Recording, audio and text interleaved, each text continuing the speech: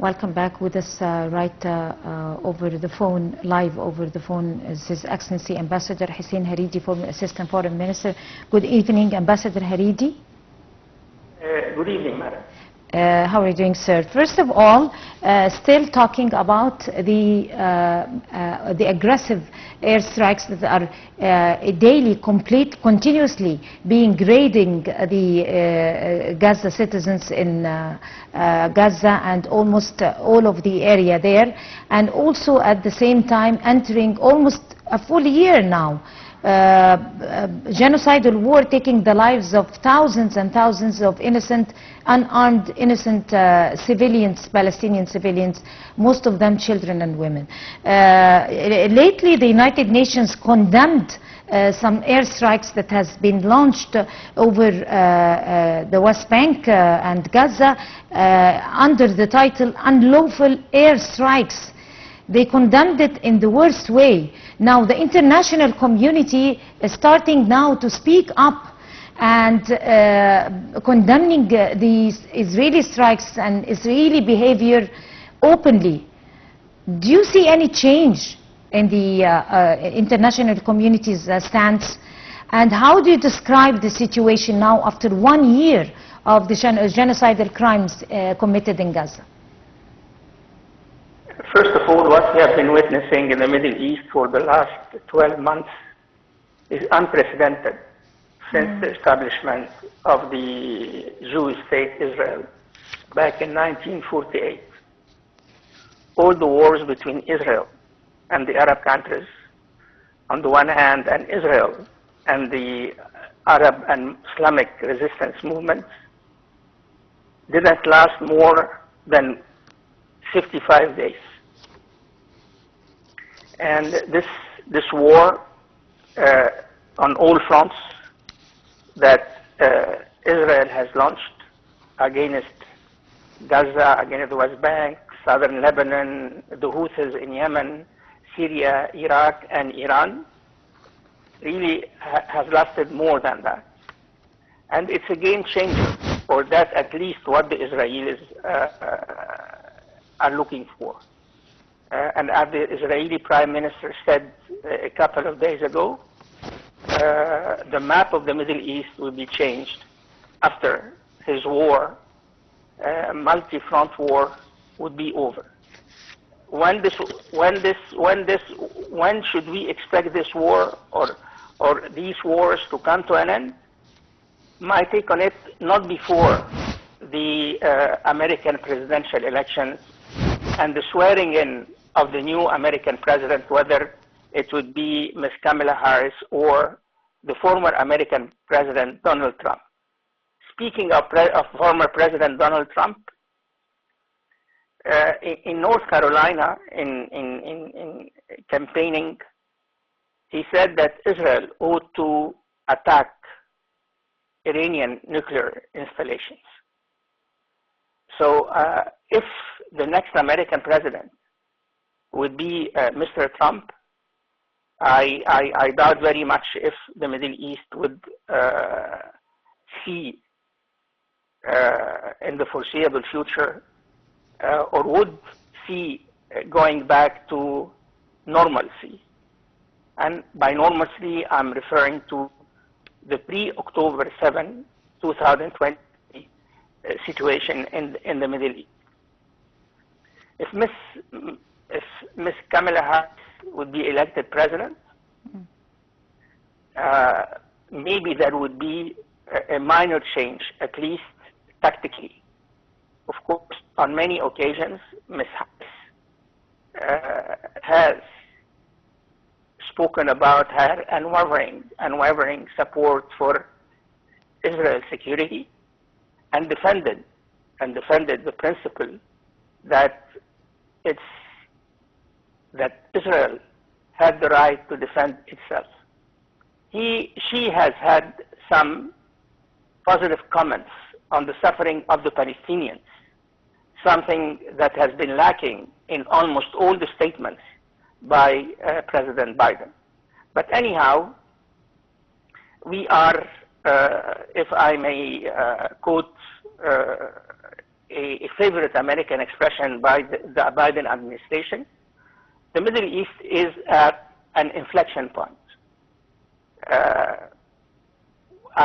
The Middle East today, or the Middle East, the post-war Middle East, won't be the same as the pre-October 7th, 2023 Middle East. So we have to brace ourselves for radical changes in the political map in the Middle East and try to understand the consequences of such radical change in terms of the national interest of Egypt. Right. Ambassador Hareedy, you raised a very important point, which is a phrase that says, or a belief that says that the Middle East won't be the same Middle East after October 7th. That's true. On the other hand, the U.S. and the world won't be the same also, or have changed a lot after October 7th, and will change a lot after the wars, because after October 7th and ever since that date and until this very moment, a lot of truths had been revealed to the whole world and to international community.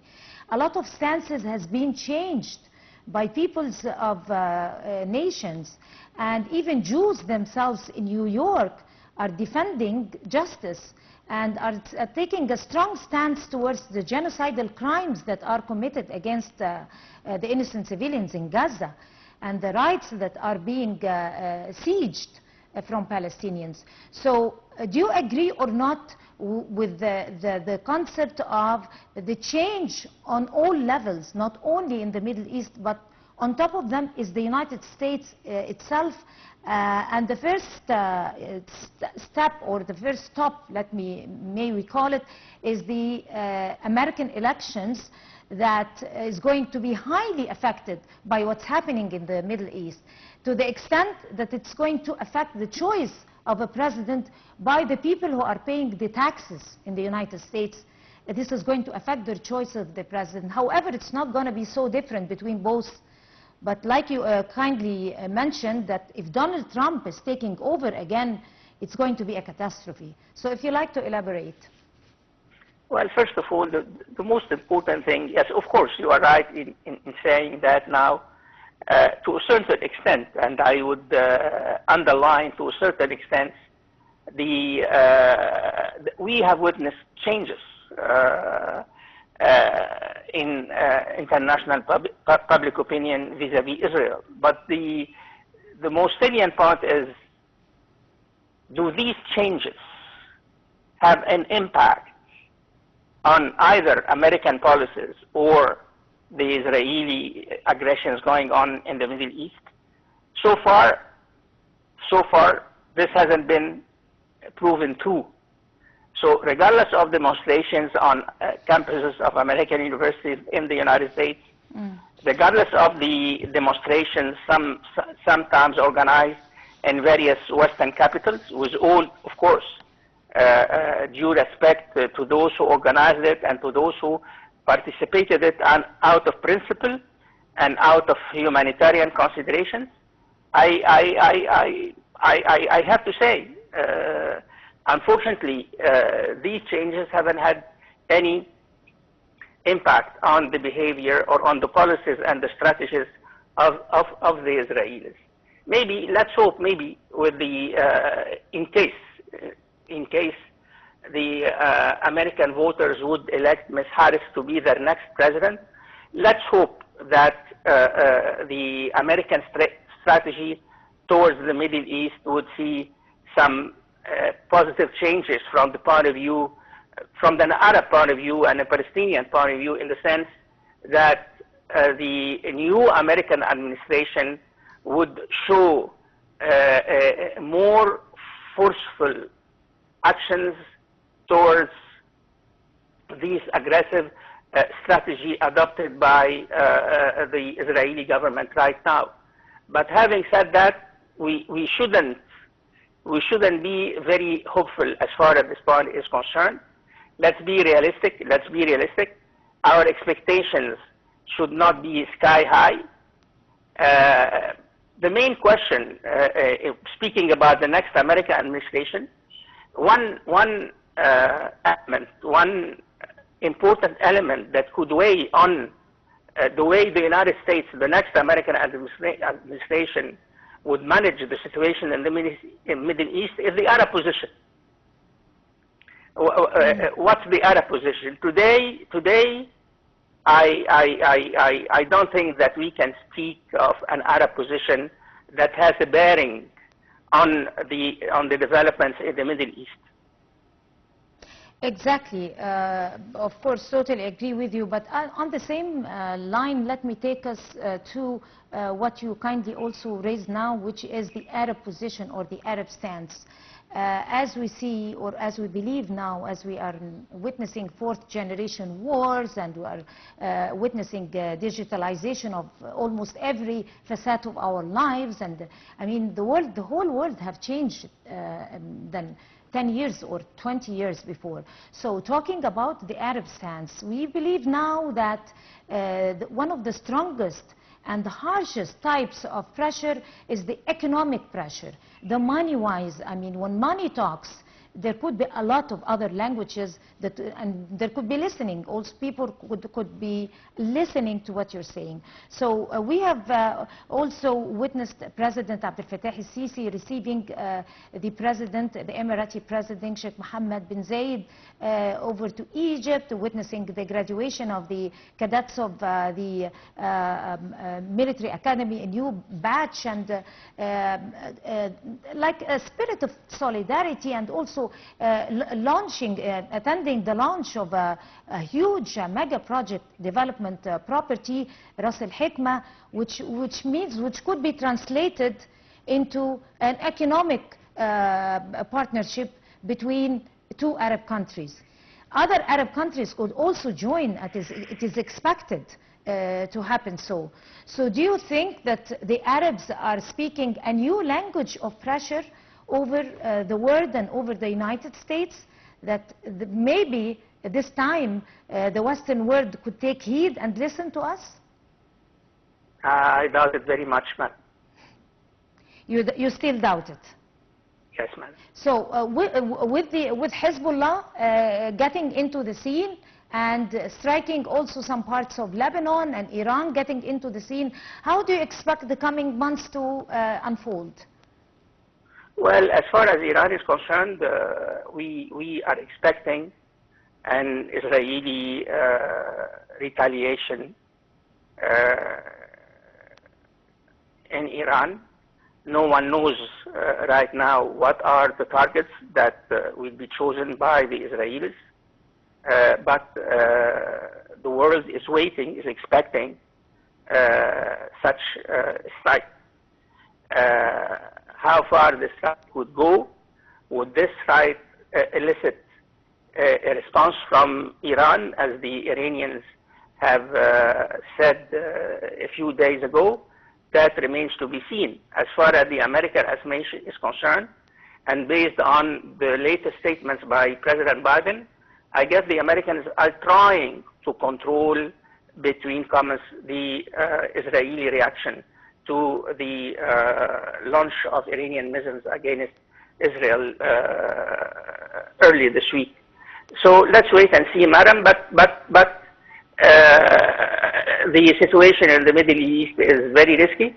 It's very explosive, and I don't think that it would we would see a de-escalation before American elections, madam.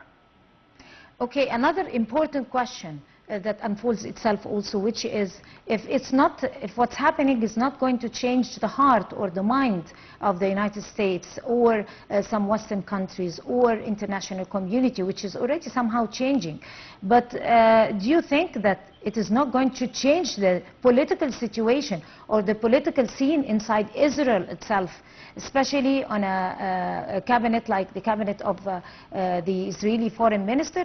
Do you think that is it going to bring this cabinet down? This is maybe the last era for Benjamin Netanyahu to rule? Sorry to say that, madam. According to the latest polls in Israel, Mr. Netanyahu is riding high in the polls. There is no leader in the opposition that could win any possible elections. And elections in Israel are due 2 years from now. And so far, and after the success of the Israeli military and the Israeli intelligence services that they have scored lately in the last 3 weeks in Lebanon, I don't see any possibility for calling for early for snap elections in Israel. But as I said earlier, today Mr. Netanyahu is riding high. Of course, this hasn't solved the basic strategic questions facing Israel, let alone the fate of the Israeli hostages in Gaza. But this is how I see the situation, madam. And and it's well, we shouldn't be very optimistic about the outcome. Right. On that note, Ambassador Hussein Hareedy, you are a former Assistant Foreign Minister. We'd like to thank you, sir, talking to us on Arab Affairs.